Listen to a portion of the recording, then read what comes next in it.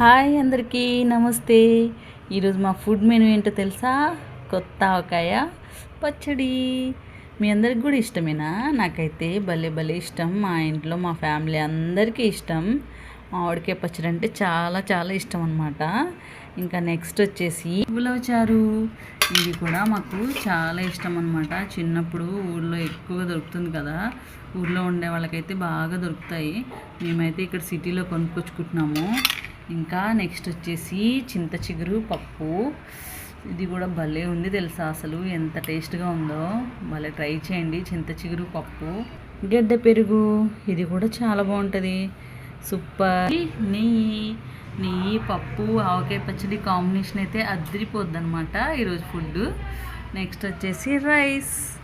ఇవన్నీ వేసుకొని తింటే ఉంటుంది కదా, ఆహా ఏమి రుచి అనాల్సిందే ఇంకా.